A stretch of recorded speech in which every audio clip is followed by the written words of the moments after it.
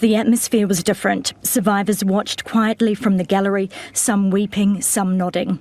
You deserved so much better, and I am deeply sorry that New Zealand did not do better by you. Chris Hipkins apologised on behalf of successive Labour governments. And we apologise for ignoring you, for punishing you for speaking out, and for leaving you unsafe and unheard. I'm glad I heard the words that acknowledged the damage, but until they come out of the sitting and give us something of what they spoke of, we won't know where we go. To be quite honest, hollow.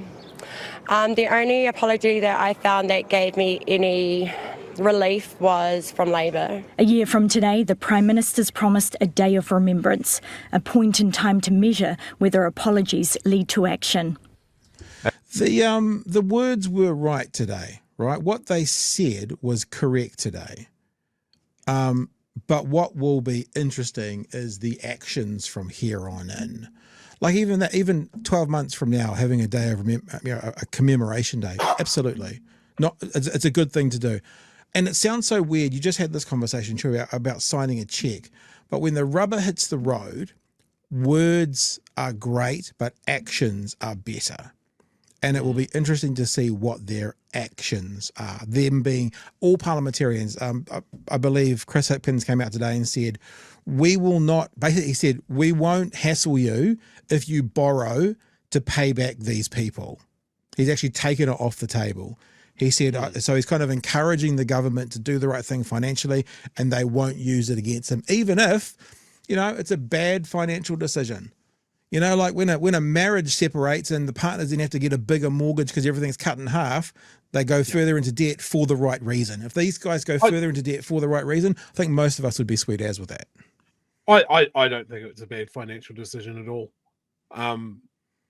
Unspeakable things were done to these people in our name. Yeah. Like the state does it, it's in our name. Like how much money did the Crown spend trying to stop this from happening? Yeah. Trying to shut it all down. Quite happy to spend that money. Yeah. I want to see these people looked after in a way that they never had been before. Yeah. For the rest of their lives.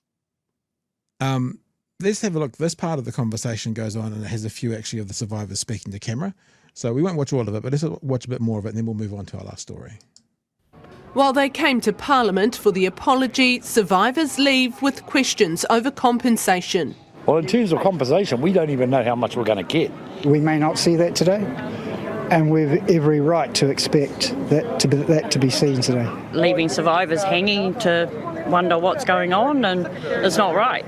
Gina and Tanya Salmons were brought up in state care with their older sister, who paid the ultimate price. Our sister, who is Alva, she committed suicide from our upbringing.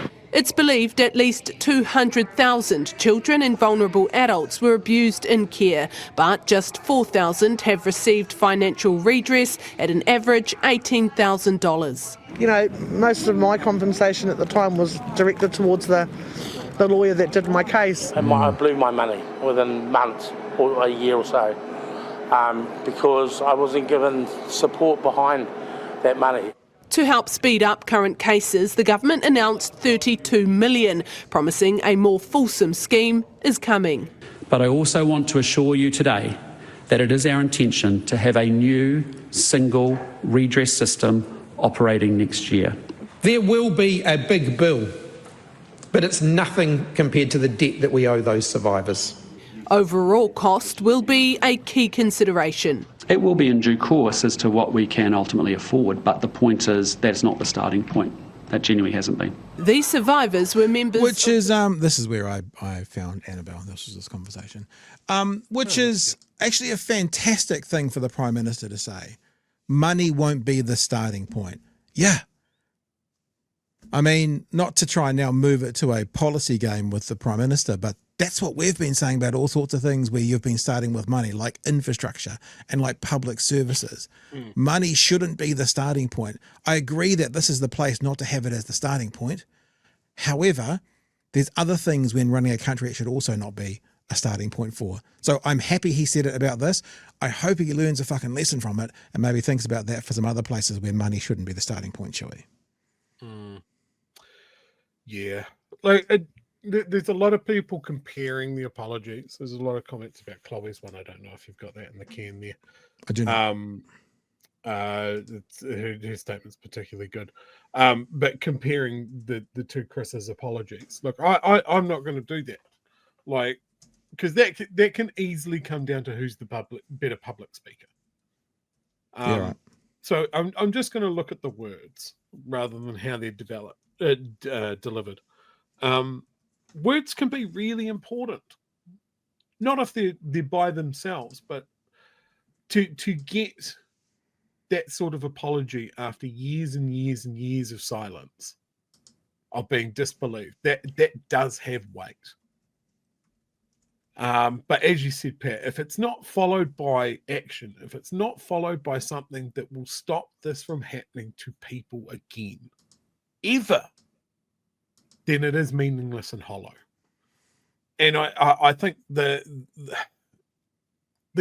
naturally a conversation about compensation, and I hope to hell that the dollar value is ignored and is not a talking point. You know, just the mention of like, oh, the average payout is X amount. No, the public, I mean, there'll be a record of it somewhere, but just to have that repeated in the news puts a value on some horrible, horrible stuff. Yeah. I just want, as a taxpayer, I want these people looked after, whatever they need. Not just to be given a deposit into a bank account and going, right, we're all good now. No. What do they need? Yeah. Do they need trauma counselling? Do they need a safe place to live? Do they need to make sure that they don't need to worry about their groceries or how to feed their kids or stuff like that? This is stuff that we should just do for everyone, by the way, but specifically, first cab off the rank for these people.